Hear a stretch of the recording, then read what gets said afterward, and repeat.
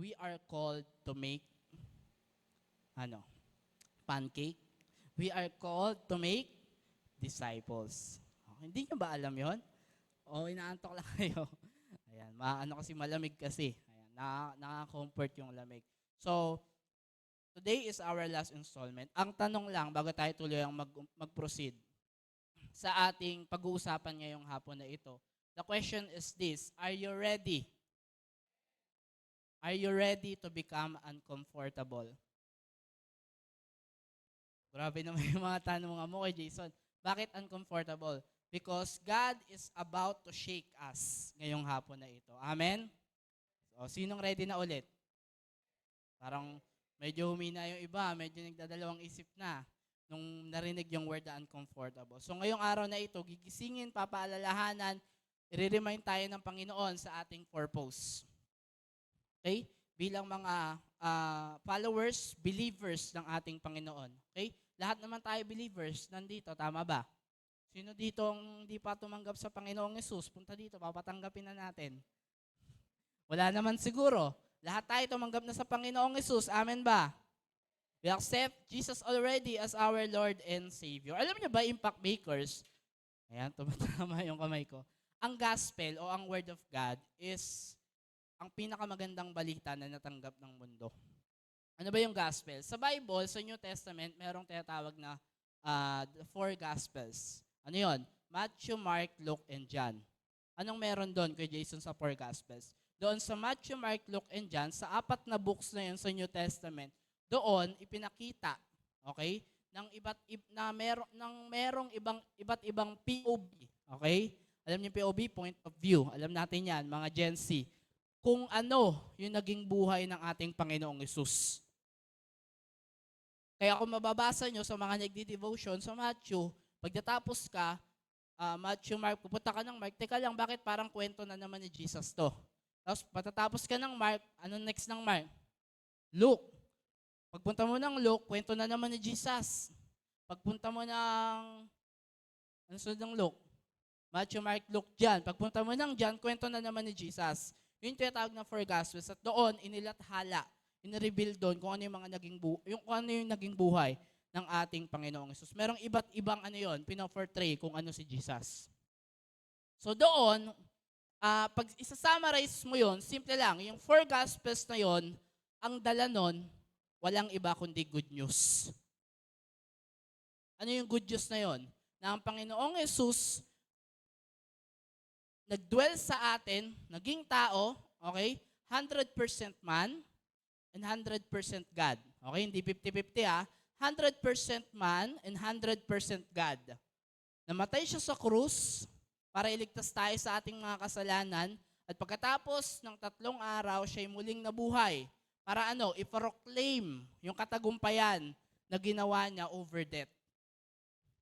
Because during that time, nung si Jesus Christ ay namatay, nabuhay ng 3 araw, pinapakita lang nun that Jesus already overcome the death, yung kamatayan. So hindi lang niya pinagtagumpayan ng kasalanan nung namatay siya sa krus. Pinagtagumpayan niya rin yung kamatayan. Kaya wag lang natin laging i-highlight na namatay si Jesus sa krus. Tignan din natin yung part na kung saan nabuhay din siya para i-proclaim yung katagumpayan mula sa kamatayan. Meron nga mga nagtatanong, nasaan si Jesus ng 3 araw siyang patay? So yung malaman yung sagot? So yung malaman? Mag-enroll kayo sa Bible School, malalaman ninyo. De joke lang. Ayan. So yun yung pinakamagandang balita, Impact Makers na natanggap ng tao. Kasi doon sa gospel, pinapakita doon na merong isang Diyos na namatay para sa atin. Our Creator died for us para tubusin tayo sa ating mga kasalanan. Diba? Napakaganda nun na merong isang namatay para sa'yo. Good news yun. At hindi lang siya basta-basta kung sino lang, kundi yung mismong Creator natin, yung mismong Diyos natin namatay para sa atin. So good news yun.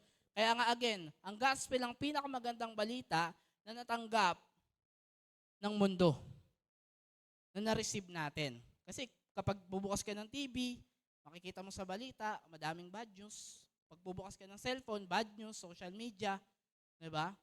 Nagkakagulo yung gobyerno, nagkakagulo yung mga bansa na naggigerahan, di ba? Tapos nakikimarites ka kapag mayroong issue. Yan, sino updated lagi dito kapag mayroong issue sa social media. Di ba? Kada sulok ng mundong ito, puro bad news ang makikita mo. But this is the good news.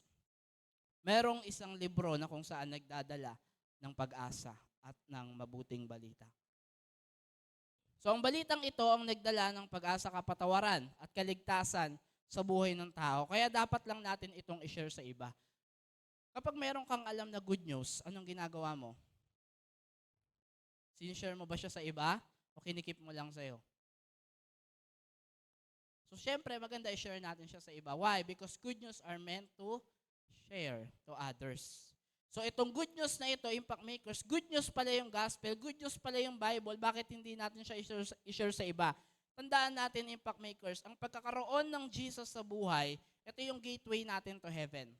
Sinabi naman yun ng Bible hindi lang yung gawa-gawa ng Christianity, hindi lang yung gawa-gawa ni pastor, na through Jesus Christ, we can go to heaven. Kasi sabi mismo sa Bible, ano sabi ng Bible? Believe in the Lord Jesus Christ and you will be saved. Jesus is the way, the truth, and the life. No one comes to the Father except through Him. Nandiyan pa ba kayo? Nakaka-relate pa ba? So, ang pagkakaroon ng Jesus sa buhay, ito yung gateway natin sa heaven. Kasi yun mismo yung in-affirm ng Bible Through Jesus Christ, we can go to heaven. At ang heaven and hell, hindi lang siya gawa-gawang istorya. Ito po ay totoo. But ang kawalan ng Jesus sa buhay, ito yung nakakalungkot. Kung ang pagkakaroon ng Jesus, gateway to heaven, ang kawalan ng Jesus sa buhay, ito naman yung gateway to hell.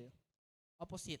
Which is, ito yung kapamaraanan o daanan para mapunta tayo sa walang hanggang kapahamakan sa impyerno. So remember, Impact Makers, we can't go to heaven without Jesus. Amen. Amen. We can't go to heaven without Jesus. Kay Jason, bakit mo ba sinishare yan sa amin? Alam na namin yan. Because again, sabi ko nga kanina, God is about to shake us ngayong hapon na ito. He is going to remind us. Kasi ang mahirap sa ating mga Kristiyano, ang mahirap sa ating mga believers, kaya sabi natin, ay alam ko na yan. I know the principles already. But the question is this, ginagawa mo ba? Alam mo yung totoo na si Jesus lang ang daan patungo sa walang hanggang buhay sa kalangitan. Bilang followers ng ating Panginoon, bilang believers, bilang tumanggap sa Panginoong Hesus, di ba sabi niya, lahat tayo tumanggap dito sa ating Panginoong Hesus bilang Lord and Savior natin. Bilang believers, bilang followers si Jesus Christ, the question is this, ginagawa mo ba yung alam mo?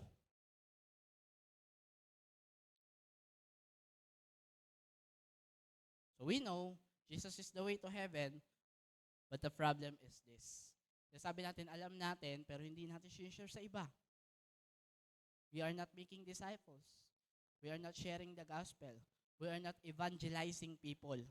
That is the problem with us, Christians. Yun yung problema sa atin. Believers tayo ng Panginoon, pero hindi tayo sumusunod sa kanyang ipinagagawa.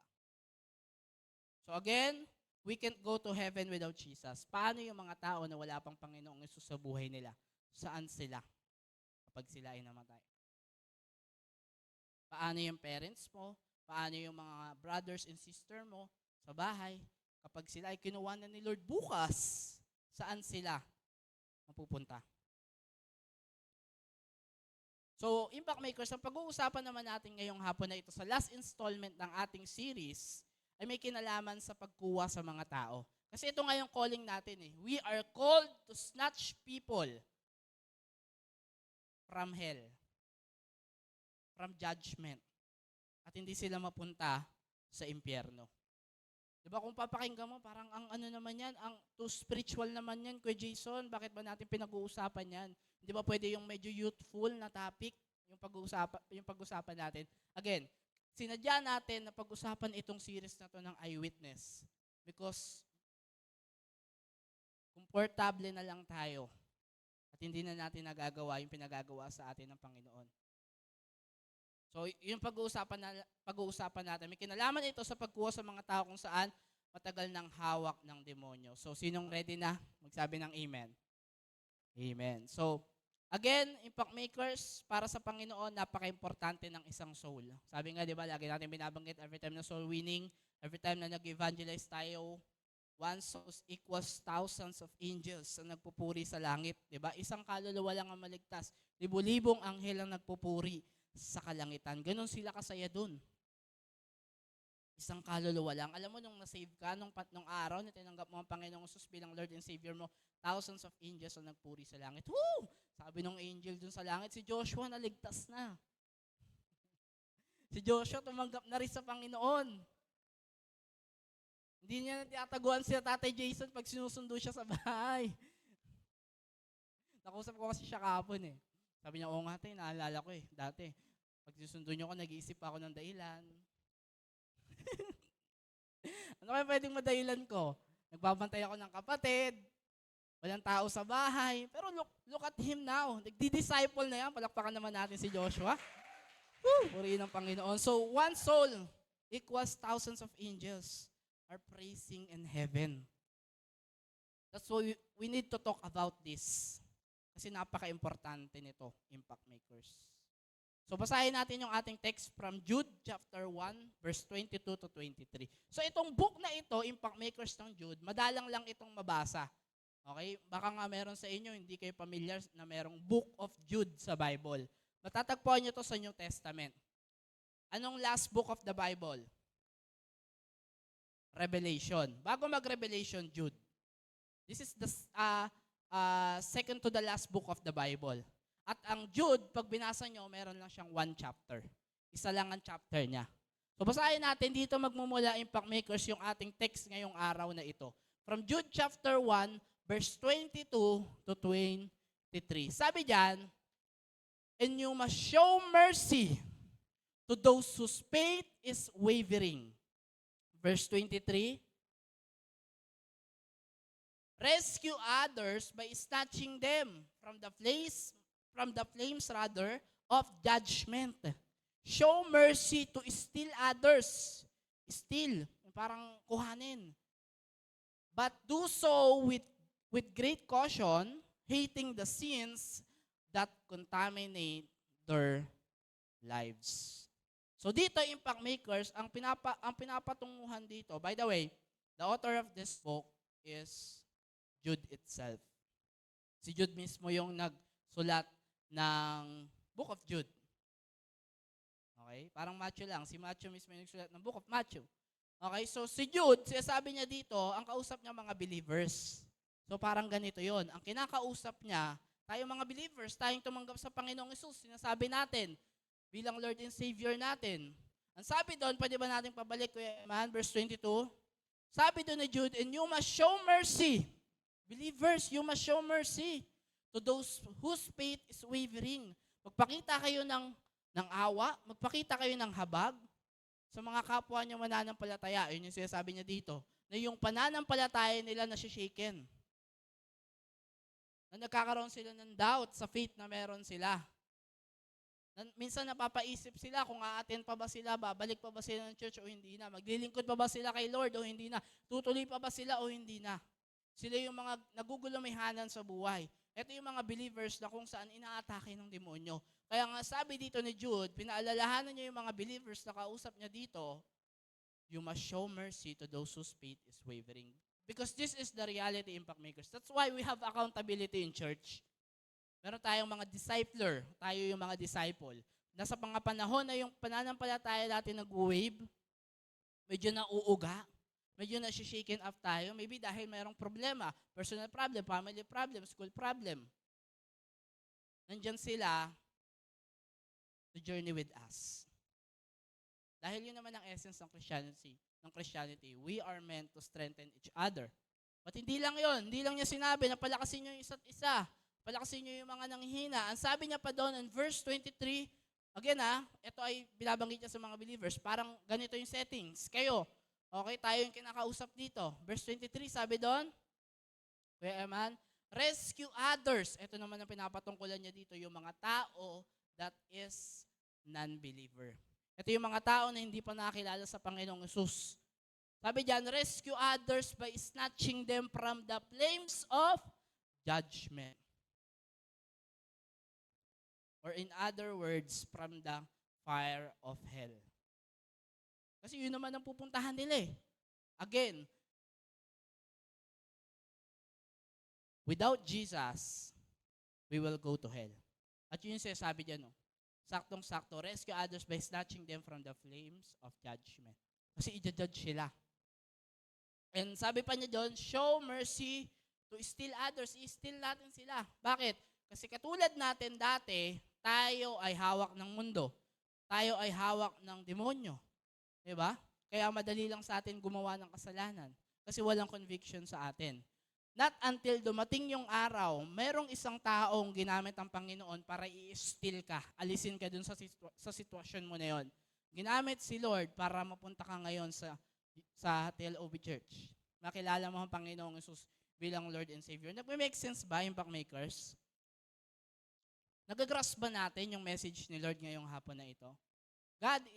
God wants to remind us ngayong araw na ito ng ating purpose. Sabi niya, show mercy to still others, but do so with great caution, hating the sins that contaminate their lives. So ngayong hapon na ito, Impact Maker, samahan niyo ako sa ating mensahe na pinamagatang Soul Snatcher. Sabihin nga natin, Soul Snatcher. Soul Snatcher. Alam, tuturuan ko kayo maging snatcher, okay lang ba? Di ba? Pag narinig natin yung word na snatcher, merong ano yan may stigma sa word na yan Kapag sinabing snatcher, phone snatcher, bag snatcher, di ba, money snatcher, marami yan sa Divisoria Minsan nga, nakikita niyo Kuya Andoy Minsan nakikitakbo din siya joke lang. Siya yung umuuli doon sa mga snatcher. So, soul snatcher. We will be snatcher. But this time, yung word na to na merong stigma, na kino-correlate sa masama, ngayon gagamitin natin siya para i-correlate siya sa mabuti. I-correlate siya sa tama. The question is this, handa ka ba na maging snatcher? Okay lang ba sa'yo na maging snatcher? Nandiyan pa ba kayo? Naantok na kayo? Hindi pa. Okay. Handa ka ba na maging snatcher? Sino gustong maging snatcher? Magsabi ng amen. Amen, Lord. Gusto namin maging snatcher. But soul snatcher. So, ngayong nga po na ito, Impact Makers, tuturuan tayo ng passage na ito kung paano tayo mag-snatch ng kaluluwa para sa Panginoon. Kasi yun naman talaga yun Parang tayo dati, in-snatch lang din naman tayo. May ginamit si Lord na tao para tayo ay makilala sa Kanya. Okay? So, ito ang tanong, Impact Makers, sa sasagutin natin ngayong hapon na ito. How to become a soul snatcher? Parang first time to sa church, no? Tuturuan ka maging snatcher. Pero in good terms naman, how to become a soul snatcher? Paano ba tayo magiging soul snatcher? Okay? Ngayong hapon na ito. So, dalawang kapamaraanan lang, Impact Makers, on how we can be a soul snatcher. Number 1, on verse 22, sabi diyan, medyo maliit lang, pero basahin ko. Sabi dito sa NLT version, sa New Living Translation, sabi diyan, yun pa din yun, yung Jude chapter 1. Verse 22, and you must show mercy to those whose faith is wavering.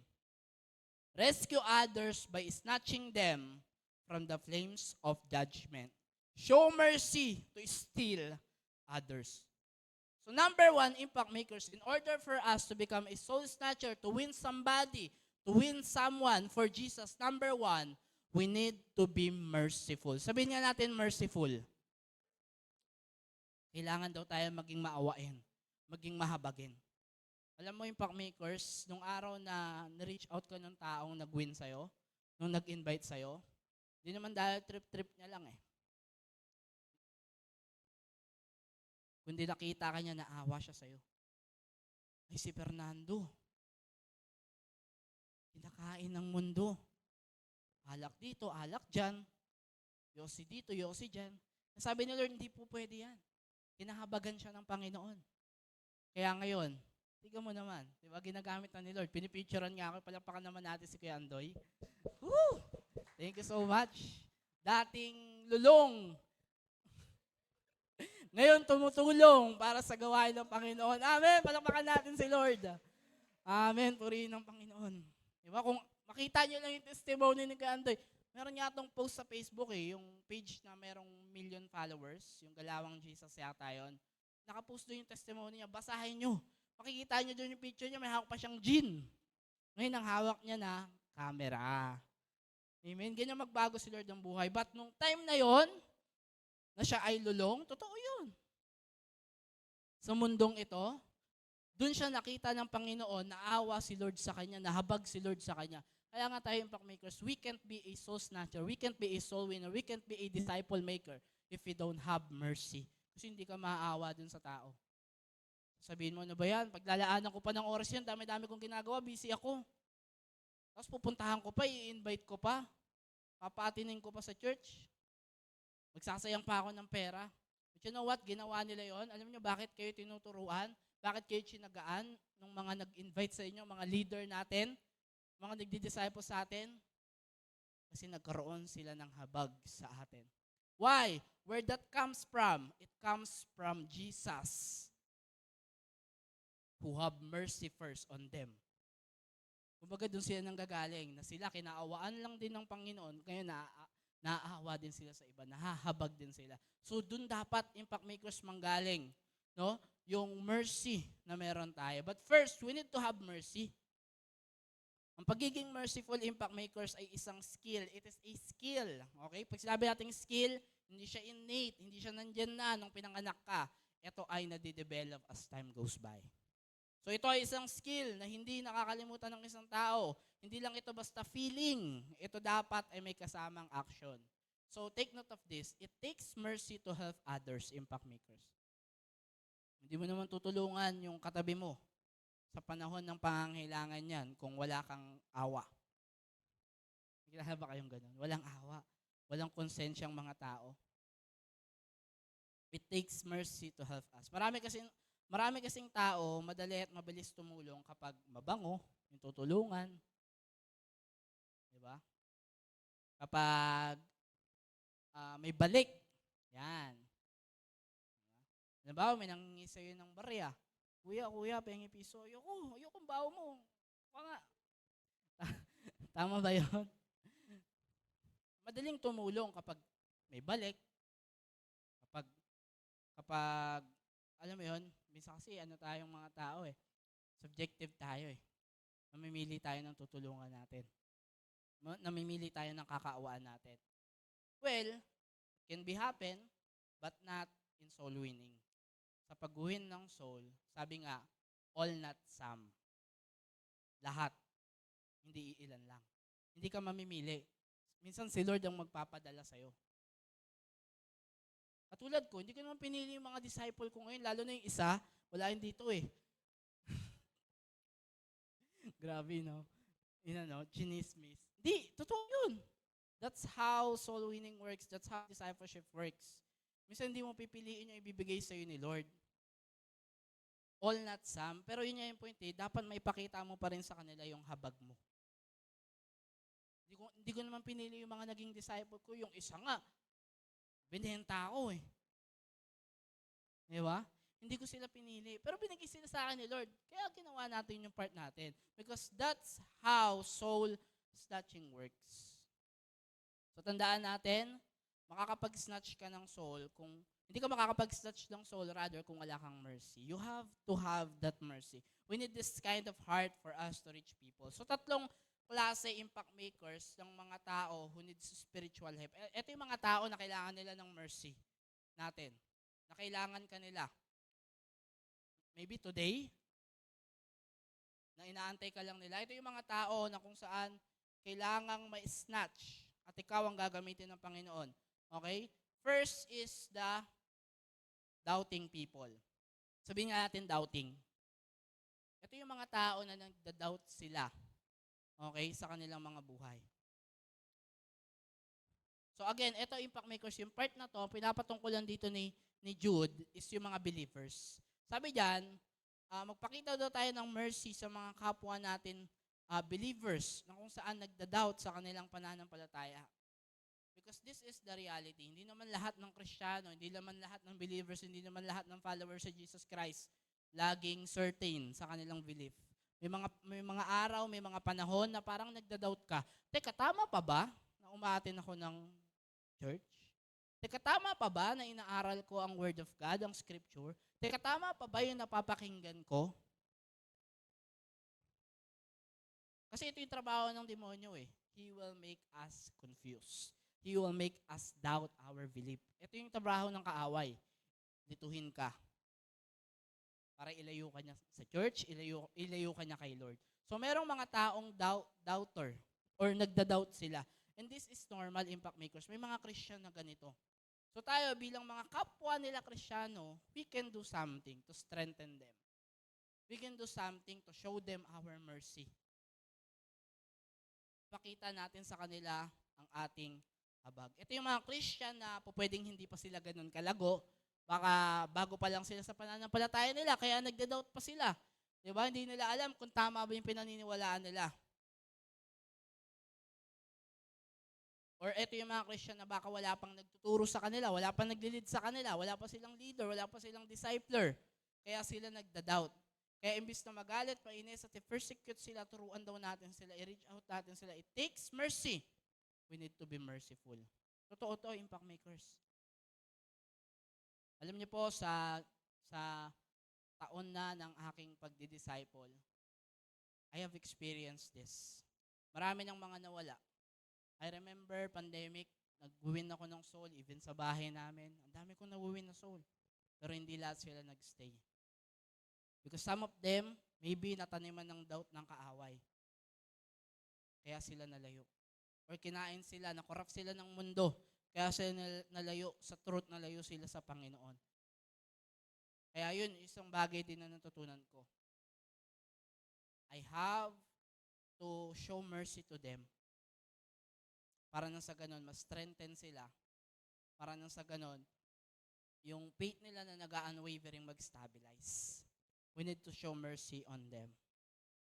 May kilala ka bang ganitong tao na kung saan hindi pa malalim yung faith nila? Hindi pa malalim yung belief nila.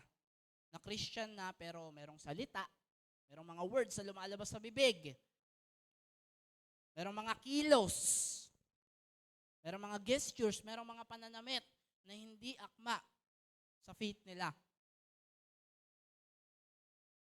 May kilala ka bang mga ganyan? We need to show mercy on them. We need to show mercy on them.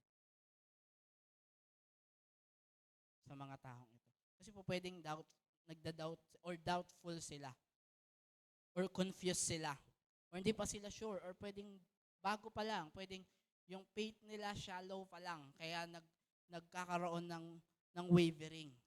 So we need to show mercy on them for their faith to stabilize. Amen? Nandiyan pa ba tayo? Gising pa ba? Gising pa. Okay. So pangalawa, impact makers. Okay. Second kind of people who needs spiritual help. Una, yung mga doubter, yung mga doubting. Pangalawa is the burning. Sabihin nga natin burning. Ito again we are talking about believers. We are talking about those people na meron tayong kaparehas na pananampalataya, tinanggap din nila ang Panginoon bilang Lord and Savior na kaya nag-i-struggle sila. Okay, at kailangan nila ng spiritual help. Una, yung mga doubting. Pangalawa, yung mga burning. Sabi doon in verse 23, save others by snatching them from the fire. So, eto impact makers, yung mga tao na nakakaranas ng glimpse of hell. Wala pa man sa impyerno, pero mala impyerno na yung buhay nila. Napakagulo ng buhay, napakagulo ng bahay. O maybe tayo to, naranasan na natin to. Sumusunod na naman tayo kay Lord. So dito yung ganyan, naranasan mo, sumusunod ka naman na kay Lord, pero bakit ang dami pa rin pagsubok na dumadating sa buhay mo? Sumusunod ka naman na kay Lord, pero bakit nag-i-struggle ka pa rin sa habitual sin na ginagawa mo? Nakukumit mo pa rin siya. Why is that? Napakagulo ng buhay. Or pwedeng napakagulo ng bahay, di ba? Merong glimpse of hell yung buhay niya. Sumusunod naman siya kay Lord, pero parang mala impyerno yung buhay niya habang sumusunod siya sa Panginoon. Ito ngayon trabaho ng kaaway eh. Paranasin ka niya ng ng ng malaimpyernong buhay para tumalikod ka sa Panginoon. Yan ang trabaho ng kaaway. Kaya tayo, we need to be knowledgeable na ito bang nangyayari sa buhay ko? Galing ba to kay Lord? Ito bang nangyayari sa buhay ko? Dulot ba to ng aking pagsunod sa Panginoon? Maaari, pwede. But we need to understand impact makers na pwedeng galing siya sa kaaway para tayo ay tumalikod sa Panginoon. Do you know Job in the Bible? The man who is blameless. Wala siyang kasalanan. Pero anong ginawa ni Satan sa kanya? Nagpaalam pa si Satan kay Lord eh. Diba? So, kaya lang naman siya sumusunod sa iyo kasi pinagpapala mo siya eh. So, inalaw ni Lord na subukin ni Satan si Job. Ano ginawa kay Job? Lahat ng ari-arian niya. Napakayaman niyang tao. Ang dami niyang possession pero nawala yung lahat. Namatay lahat ng miyembro ng pamilya niya. Natira na lang asawa niya. Patay lahat ng anak niya. Kasi yun yung trabaho ng kaaway eh. Patikimin tayo ng malaimpyernong buhay para tumalikod tayo sa Panginoon. Ginawa niya yun para ano? Para subukin si Job at tumalikod siya sa Panginoon. But you know what? Nag-remain si Job. And to cut the long story short, nung story ni Job, nung nag-remain siya sa Panginoon, hindi siya umalis kay Lord kahit nagkanda, impyerno na yung buhay niya, pinagpala siya, dinoble ni Lord yung possession niya. Nagkaroon ulit siya, nabuo ulit yung pamilya niya. So tayo, impact makers, we need to observe this. Kapag may nangyayaring malaimpyerno sa buhay mo, huwag mo agad sisihin si Lord. Baka po pwedeng ginagawa yan ng kaaway sa'yo para di ka na umatin ng church, para di ka na umatin ng life group, di ba? Gagawin ka ng busy, bibigyan ka niya maraming problema para wala na, di ka na makatin ng mentoring, di ka na makatin ng youth impact. Yan ang trabaho ng kaaway. Guguluhin niya tayo. Bibigyan niya tayo ng glimpse of hell. Okay? So tayo bilang mga believers, if we are strong, no? Kung tayo ay malakas, we can show mercy to them, to those people, no? Na nakakaranas ng glimpse of hell. Hindi man perfect kasi hindi naman tayo mind reader eh. Hindi mo naman alam kung may problema yung co-believer mo eh. Hindi mo naman alam kung mayroong pinagdadaanan yung kapwa-Kristyano mo. But that's the thing. We need to show mercy on them. And yun nga, in the same way tayo rin bilang mga maaring makaranas nitong glimpse of hell. If there's a chance that we can share our story, if we can open up to our co-believers para matulungan nila tayo, let us do so. Kasi yun nga, di naman tayo mind reader eh. We need to ask for help. Sabi nga 'di ba, walang paggaling kung walang pag-amin. Hindi mo maaari mong hindi solohin yung problema, yung pinagdadaanan. You can share that to your co-believers. Your mentor, 'di ba? Pwede mo i-share yan sa leader mo. Huwag kung kani-kanino mo sinishare. Kasi baka mamaya ma-mislead ka. Okay, the burning, pangatlo. Okay, and last, sabi diyan, the corrupted. Sabihin nga natin, the corrupted. To others show mercy, mixed with fear, hating even the clothing stained by corrupted flesh. So anong ibig sabihin dito? Hating even the clothing stained by corrupted flesh. So merong mga tao na kung saan sila ay nako-corrupt ng mundong ito, which is yun naman yung purpose din ng kaaway. 'Di ba? I-corrupt yung character na meron tayo sa pamamagitan ng mundong ito. Dungisan yung character na meron tayo sa pamamagitan ng mundong ito. Sa pamamagitan ng mga bagay na meron sa mundong ito. Para ano? Para malayo tayo sa Kanya. So tayo, impact makers, bilang mga tagasunod ng ating Panginoong Hesus, if there are people na kung saan nakikita mo nakukurap sila ng mundo, we can show mercy to them. Ang mundo, impact makers, ay punong-puno ng mga corrupted na tao. Di mo alam yung kasama mo sa ministry, nakukurap na pala yun ng mga kabarkada niya sa labas. Ng mga barkada niyang unbelievers or non-believers. So we can show mercy to them. It takes mercy for us to snatch the corrupt. Mahirap mang snatch ng mga taong may virus. Kasi nga nahawaan sila ng corruption ng mundong ito eh. So, They have that virus in them, so mahirap silang i-snatch. Kaya nga sabi dito ng Bible, hating even the clothing stained by corrupted flesh. Nandun na corrupted sila, may virus sila, pero you are still going to show mercy on them. Aabutin mo pa rin sila para makabalik sila sa Panginoon. Naalala ko, there is one person in my life who is close to me. At itong taong ito, na-corrupt siya ng mundo. Merong Christian siya. Yan. Tapos, siya ay na-brainwash ng isang grupo ng mga nagpapakilalang followers ni Jesus. Pero yung Jesus nila, babaeng Jesus. Tapos nasa Korea daw. So itong taong to, nadoktrinahan siya. Nabahaginan siya ng ano ba yun? God, kung merong Father God, meron silang Mother God. Yung sa kanila, Mother God. Yung Jesus nila, babae. So itong taong to, nabahaginan siya nitong false doctrine na ito. Ano nangyari? Nagkaroon ng virus na corrupt. Yung kanyang spiritual state. Yung spiritual knowledge niya. Siyempre, follower siya ng Panginoon. Kristiyano siya. Kaparehas natin siya. Pero merong nakapasok na corruption. Nabahaginan siya ng corrupted doctrine. So, ano ginawa natin? We reach out to that person kasi malapit siya sa buhay natin. At nakipag-debate tayo ng medyo onti lang sa kanya, praise the Lord, because He gave us the knowledge about the Scripture. At pinakita natin sa kanya yung truth, which is the Scripture itself. Yun naman ang kagandahan sa Scripture. Yun na mismo yung truth, i-share mo na lang. So ito, corrupted itong taong to, nabahagi ng ba naman, God the Mother? Meron bang God the Mother? So tayo, na-reach out natin yung taong to kasi mahal natin yung taong to. And through hours of discussing, yun, nakumbinsi natin siya. Hindi natin siya kinumbinsi through manipulation. Kinumbinsi natin siya through the Scriptures, which is the truth itself.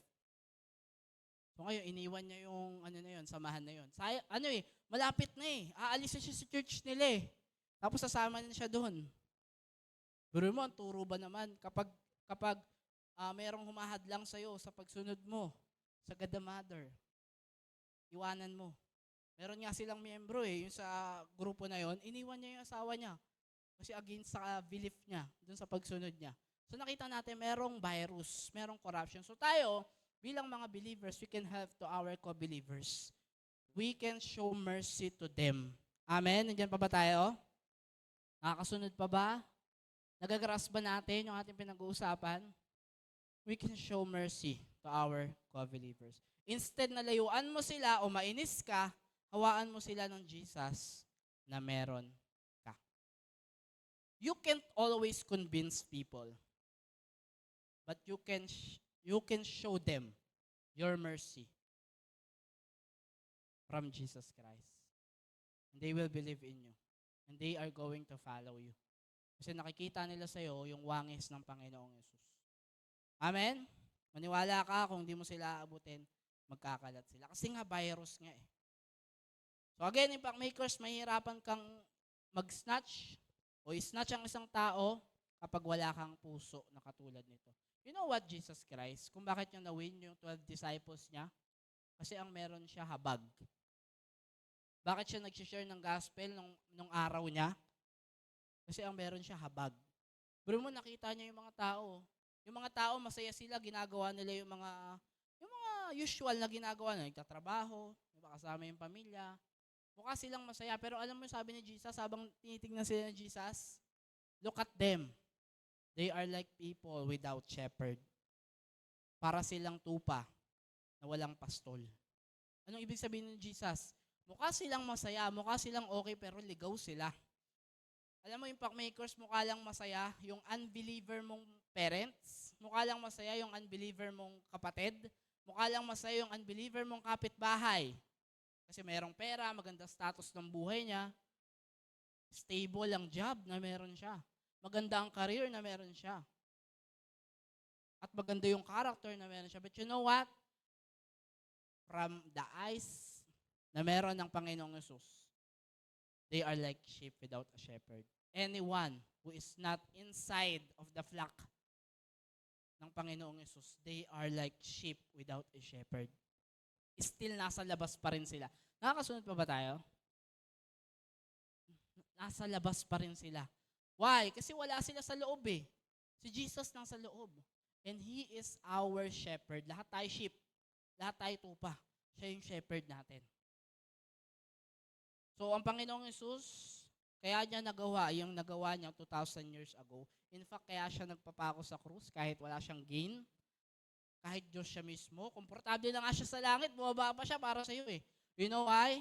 Because He has mercy on him. Meron siyang awa. Nakita niya, kawawa naman si Robert. Mapupunta ng impyerno kapag hindi ako bumaba. Kapag hindi ako nagpapako sa krus ng Kalbaryo. Kawawa naman si John Mark. Ano na lang ang sasapitin ng buhay niya. If I am going to do something for him. Amen. Alam mo, pagpapakinggan mo lang yung kwentong to, parang ano lang siya eh, parang usual na narrative story. But you know what? Siguro kung ikaw ay nandun, nung panahong pinapako ang Panginoong Jesus, nakikita mo, nandun siya dahil sa'yo. Alam mo, siguro sobrang ma-appreciate mo siya. Sobrang ma-appreciate natin siya. Ganun na lang yung ginawa niya. Kaya nga tayo nandito eh. Kaya nga natin ginagawa yung ginagawa natin. Even though we are not going to be rich. Di ba? Sa ginagawa natin. Si Kuya Jason, yayaman ba ako kapag nagpipreach ako dito? Hindi. I can do something sa labas. Di ba? Magnegosyo ako, magpayaman ako, magpaganda ako ng career ko. But you know what? Yung mga leaders natin na nandito, they choose to stay with us, to journey with us, and to win more souls for Jesus. Why? Kahit wala silang gain, nakikita kasi nila kung gaano kalaki yung ginawa ng Panginoong Yesus sa krus. Nagpakita siya ng mercy sa mga katulad natin. So tayo, ito yung challenge sa atin, Impact Makers. Let us show mercy on others. Amen? Palakpakan nga natin ang Panginoon. Number 2 and last. This is the last. Sabi doon, on verse 23, basahin natin, sabi diyan, rescue others by snatching them from the flames of judgment. And this is the highlight part. Show mercy to steal others. Magpakita ka ng mercy para i-steal sila. Okay? But do so with great caution. Pero gawin mo siya ng merong pag-iingat. Hating the sins, mag-hate ka sa sins that contaminate their lives. Ayan. Bakit merong ganitong caution? Malalaman natin. So number 2, in order for us is to become a soul snatcher, number 1, we need to be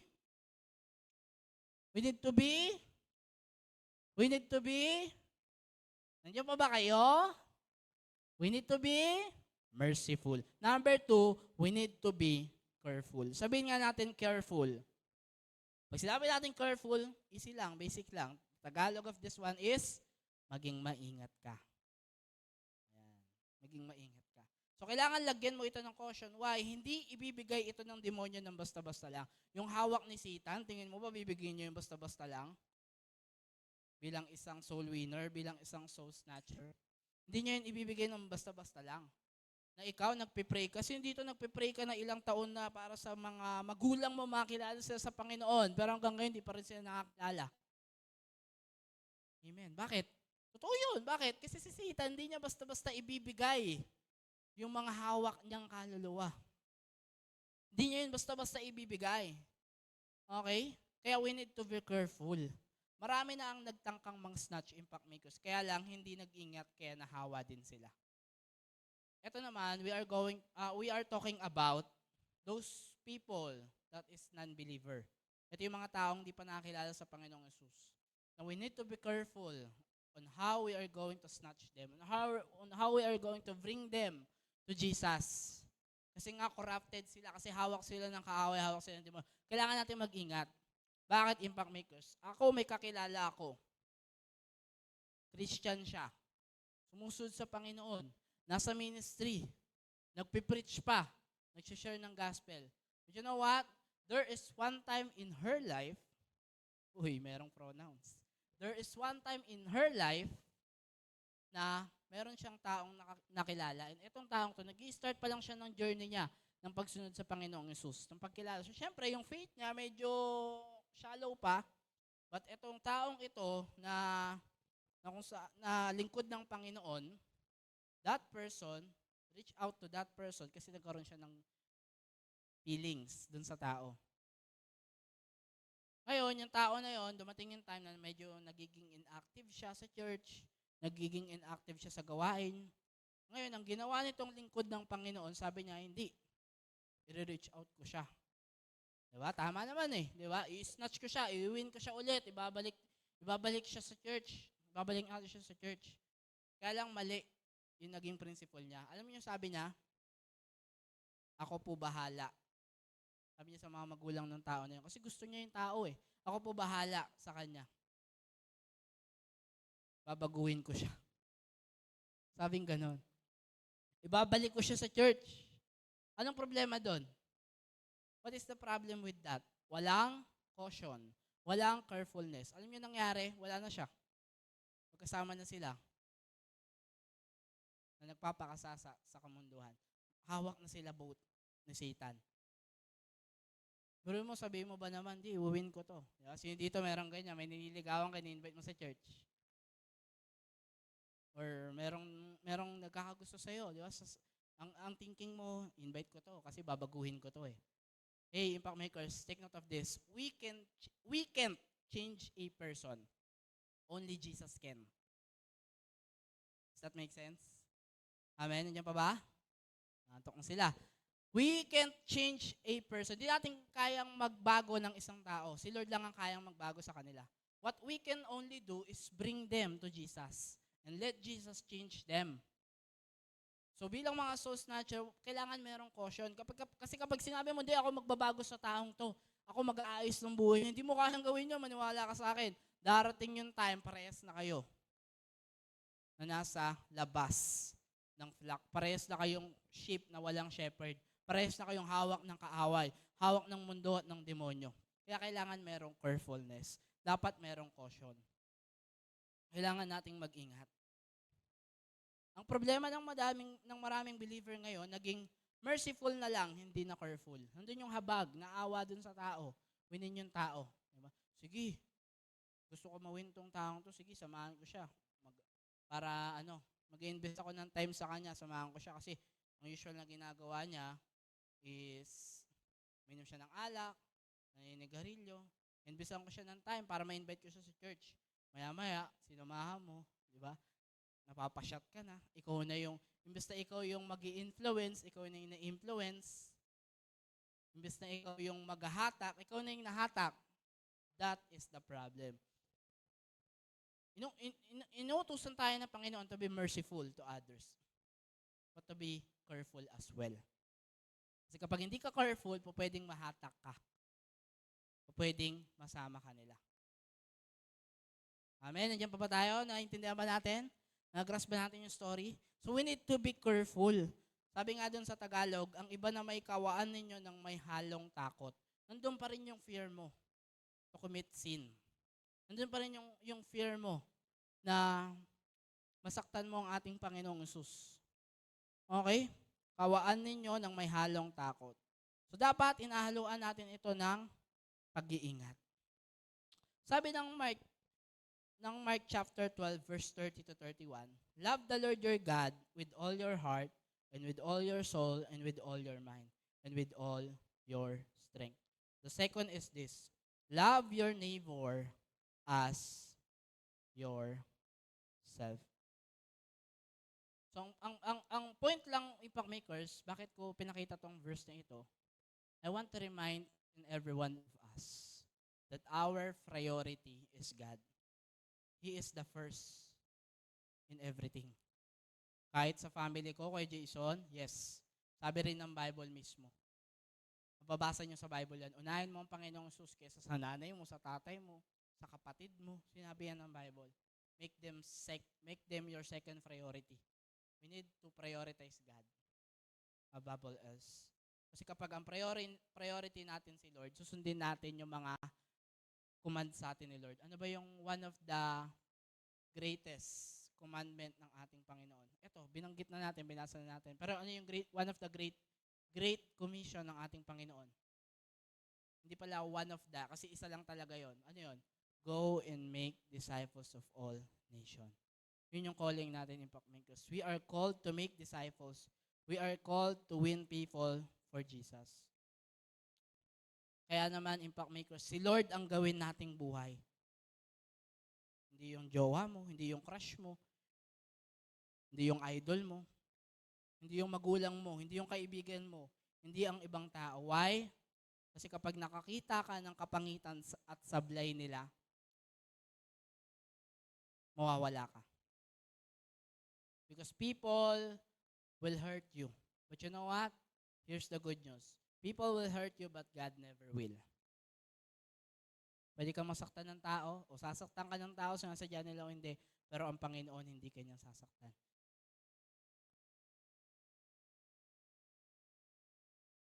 Kapag nakakita ka, kasi yun yung point, kapag nakakita ka ng flaws or ng kapangitan sa tao, o pwedeng, wala na, masira na yung pagtingin mo sa kanya. Pero kapag kay Jesus tayo nakatingin, hindi kailanman masisira ang ating pagtingin. Hindi tayo bibitaw, hindi tayo aayaw. At patuloy nating susundin ang iniutos niya sa atin, which is to win souls and make disciples. We need to snatch souls. Bakit snatch na yung term kay Jason? Pwede namang win souls na lang. Bakit soul snatcher pa? You know why? Malapit nang dumating si Jesus. Tapos tayo mga Kristiyano, pakuya-kuya-kuy lang. Ating ka lang ng Sunday, ng Youth Impact, kuya-kuya-kuy ka, makikinig ka dun sa speaker, tapos natutulog ka pa. We are guilty of this. Diba, nagpapalamig tayo sa loob ng church. But no one is willing to go outside and reach out to people. So sabi natin, tumanggap na tayo sa Panginoong Hesus. Ako, tumanggap na ako. Taas tayo kamay, tumanggap na tayo sa Panginoong Hesus. Kasi tayo yun.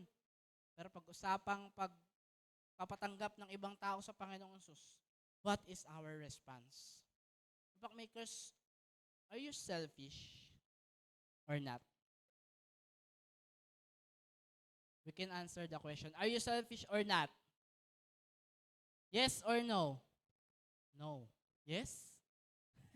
No. We are not selfish and we are not meant to be selfish. We are called to share the good news to other people. Kahit mahirap, kahit may struggle, kahit uncomfortable. You know what? Following Jesus is very uncomfortable. Hindi siya komportable. Because you will be called to what? To preach in front of the people. To remind them of the scripture. To teach your disciple, di ba? Every week, tuturuan mo sila. Hindi madaling sumunod sa Panginoon. But you know what? Masarap sumunod kay Lord. Amen ba? Masarap sumunod kay Lord. We have our testimonies. And our testimonies are the reason why we are following Jesus. Because He changed our life. Diba, ang sarap sa pakiramdam pag inaalala mo kung paano binago, inayos ng Diyos yung buhay mo, na dating miserable, even yung way of thinking mo, kung paano niya inayos na dating wired yung thinking mo. Even yung purpose mo, binigyan ka niya ng path at kasama mo siya, He is journeying with you to the path that He has given you. Ang ganda, inayos si Lord yung buhay natin. The question is this, are we selfish? Do we want that to happen only to us? Sa atin lang siya mangyari? Why not? I-share natin sa ibang mga tao. Gusto mo ba maranasan din ng kapatid mo yung nararanasan mo sa presensya ng Panginoon? Gusto mo ba maranasan din ng kaklase mo yung nararanasan mo sa presensya ng Panginoon? Let us not be selfish. Gising na tayo. Malapit na dumating si Jesus. Mali mo, mamaya dito na si Lord. Tapos sa dadatnan ka niya, ano ginagawa mo? You are filling yourself with leisure. With leisure. Wala nang pressure. Hindi na nag-i-stretch ng soul. Madadatnan ka ni Lord na ginagawa mo yung mga makamundong bagay. At hindi mo ginagawa yung mga panlangit na bagay. So God wants to remind us. So again, Impact Makers, as we end, how to become a soul snatcher. Number 1, we need to be merciful. Number 2, we need to be careful. We need to be merciful and we need to be careful. Bakit need natin abutin ng mga taong ito? Impact makers. Ano ba ang kalagayan ng mundo ngayon? You know what? Let me give you some statistics. Sabi ng CIA, World Factbook, and this is their data from year 2020. Okay? Sabi diyan, ang number of people daw in the world estimated, okay, nung July 2021 is 7.8 billion. 7.8 billion. Ngayon, ilan na yan? 2026, 8 billion na tayo, mga tao sa buong mundo. Sa Pilipinas alone, merong 100 million. Approximately na mga tao. But nung July 2021, ang data, 7.8 billion. Ang daming tao niyan. And the number of true believers, yung mga sumusunod sa Panginoong Hesus, yung mga tumanggap sa Panginoong Hesus bilang Lord and Savior nila, they are 2.4 billion. Ilang percent sa total population ng mundo? 7.8. Ilang percent yung 2.4? Wala pa sa 50%. Wala pa sa kalahati yung true believers. At sabi diyan, yung pangatlong bullet, number of non-believers, ilan sila? 5.4 billion. That is more than half. Yung mga taong di pa nakakilala sa Panginoong Hesus. And the number of the non-believers who will die, mga mamamatay daw na mga hindi pa nakakilala sa Panginoon ngayong taon na ito, you know what? They are 412 million. Ngayong taon, may mamamatay na 412 million na hindi makakilala sa Panginoong Hesus. Kasi nagkukuya-kuy lang tayo. And then last, number of the non-believers who will die each second. 1.8 approximately every second. Ibig sabihin, every 1 second or every, 1 second merong isa hanggang 2 taong namamatay. So bibilang ka. 1, 2. May namatay na. Pwedeng isa, pwedeng 2. 1, 2. Makikita nyo yan, actually merong website yan, nakita ko yan na live talaga, nagka-count doon yung number of death. Every 1 second, 1 to 2 person na mamatay. And who knows, isa dyan, pamilya mo bukas, this week, this month, this year. And who knows, isa dyan yung mahal mo sa buhay, relatives mo. Who knows, isa dyan yung pinakamamahal mong kaibigan. Who knows, isa dyan yung tao na matagal mo nang iniintrohan na i-evangelize, na sharean ng good news, na matagal mo nang iniintrohan hanggang ngayon, hindi mo pa rin na-invite sa church. Hindi mo pa rin na-invite sa life group. Malay mo, isa sila dyan. At dumating yung time, mawala sila. Hindi mo man lang sila na-invite.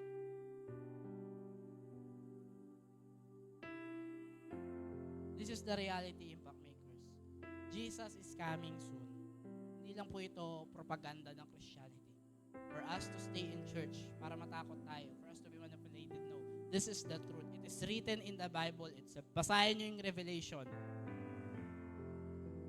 Actually, yung sinabi lang ni Jesus babalik siya At tayo, nasa end times na tayo.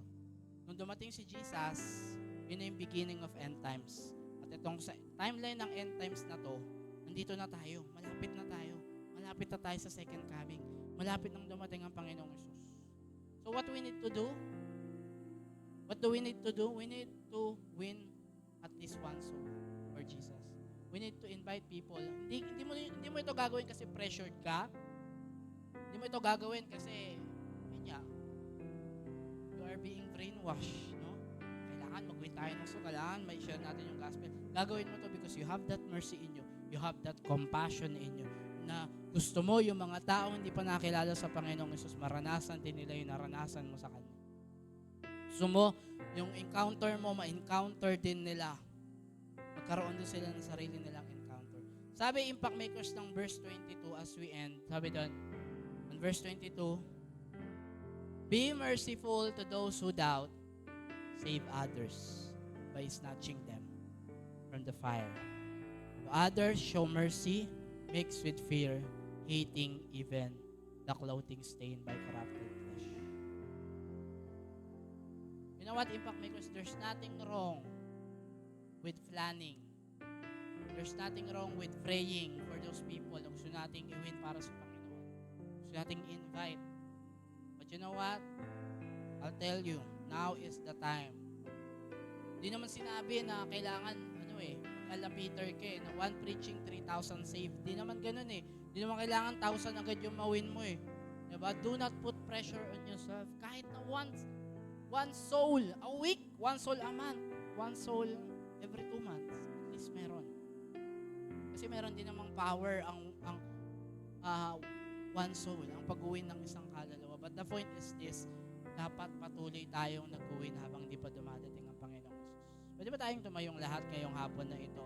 And habang nakatayo tayo, pwede ba tayong yumuko, pumikit? At habang nakayuko ka, habang nakapikit ka, can you please think of those people that you want to share the gospel with? Yung mga taong gusto mong bahaginan ng good news, yung mga taong gusto mong ma-experience din nila, yung na-experience mo sa Panginoon, yung mga tao na gusto mong makakilala din sa Panginoong Hesus, yung mga tao na kung saan gusto mong pakitaan ng mercy, ng awa, ng habag, siyang naranasan mo lang din sa Panginoon. And can you please pray for them?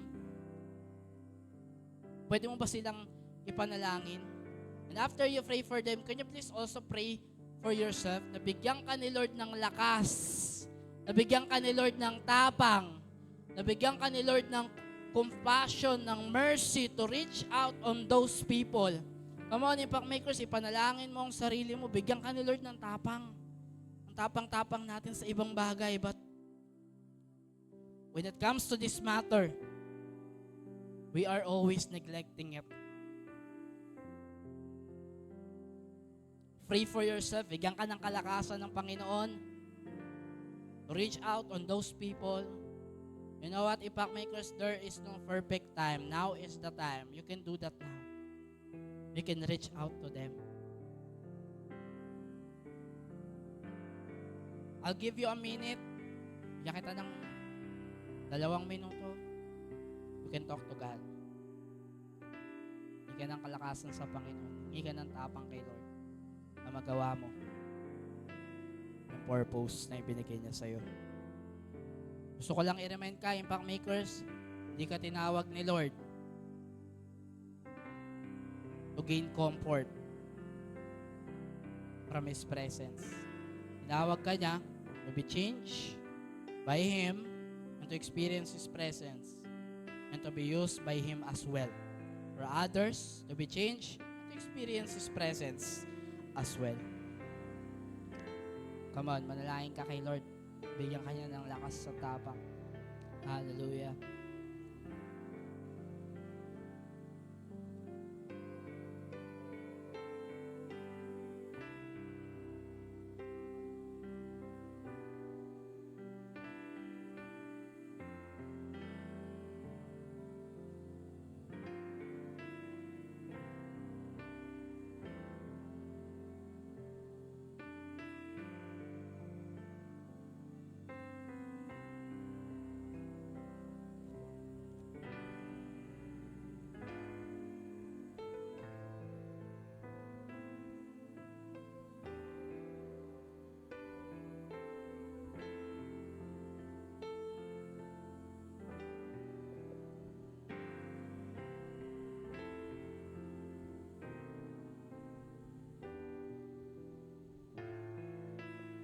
Yes, Lord, hear their prayers, Lord.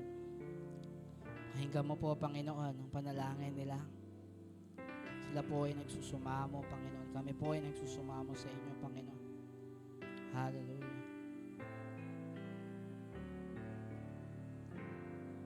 Alam po namin naririnig mo kami, Panginoon. Lord, we can't do this on our own. But we can do this with you, Panginoon, Lord God. Iniwala kami, Lord, wala kang posible sa inyo. Lord, meron dito, matagal na siyang nananalangin for a person na makilala ka, Panginoon. Maybe one of his family, Panginoon. Naniniwala ko, Lord God, natutugunin mo ang panalangin niya. Kailangan lang maging matyaga, Panginoon. Maybe, Lord God, you are calling us, Panginoon, to do something, Panginoon. Hindi lang iwanan sa iyo yung trabaho, Lord, na i-win sila. Dahil naniniwala ako, Panginoon, Lord God, na may part din kami, Lord God, to win them.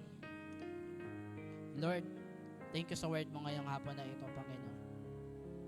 Dahil pinaalalahanan mo kami, ginising mo kami, Panginoon God. Remind us to do our part, Panginoon Lord God. Panginoon, patawarin niyo po kami, Lord God, if we became comfortable.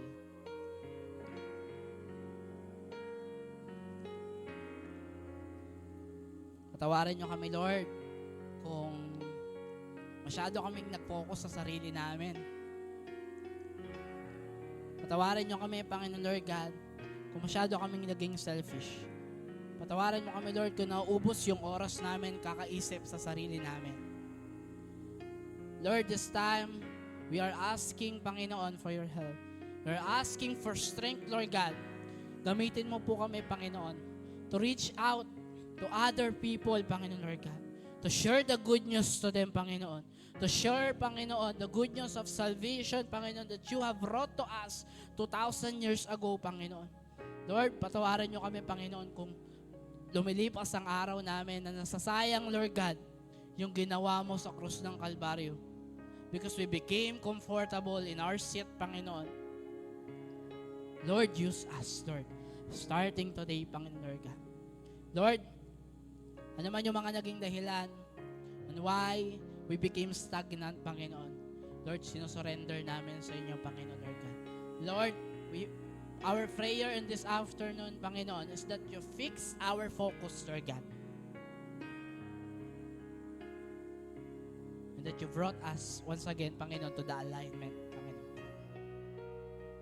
To our purpose, which is to be used by you, Lord God, not just to have fun inside of this church, but to influence other people to believe in you as well, even outside, Panginoon, ng building na ito. Salamat, Lord, sa buhay ng mga kabataang ito. Niniwala ko gagamitin mo sila, Panginoon Lord God, to reach out on those people na inilalagay mo sa kanilang mga puso. Impact makers, hindi ko alam kung sino yung nilalagay ng Diyos ngayon sa'yo. Kung sinong taong binibigay ni Lord sa'yo para i-reach out mo ngayong hapon na ito. I don't know, but I know that you can see them right now. I know that you are imagining them. Nakikita mo sila ngayon. God is putting that conviction in you, and He wants you to move and to touch their lives. Gusto niya, napuntahan mo sila, reach out mo sila, and share them the good news of the gospel. Maraming salamat, Lord, sa hapon na ito. Salamat, Lord, sa reminder sa amin. Help us, Panginoon God, to walk on this journey. Salamat po. Salamat, Lord, pagpalain mo ang bawat isang kabataan na nandito. Salamat sa puso na handang makinig sa iyo. Purihin ka, Lord, sambahin ka, dakilain ka. Salamat, Lord, sa mensahe mo, Panginoon. Sa iyo namin, Panginoon, ibinabalik lahat ng papuri, lahat ng pagsamba, lahat ng pasasalamat. Ito po ang aming panalangin sa pangalan ni Jesus. Ang lahat ay magsabi ng Amen. God bless you, Impact Makers.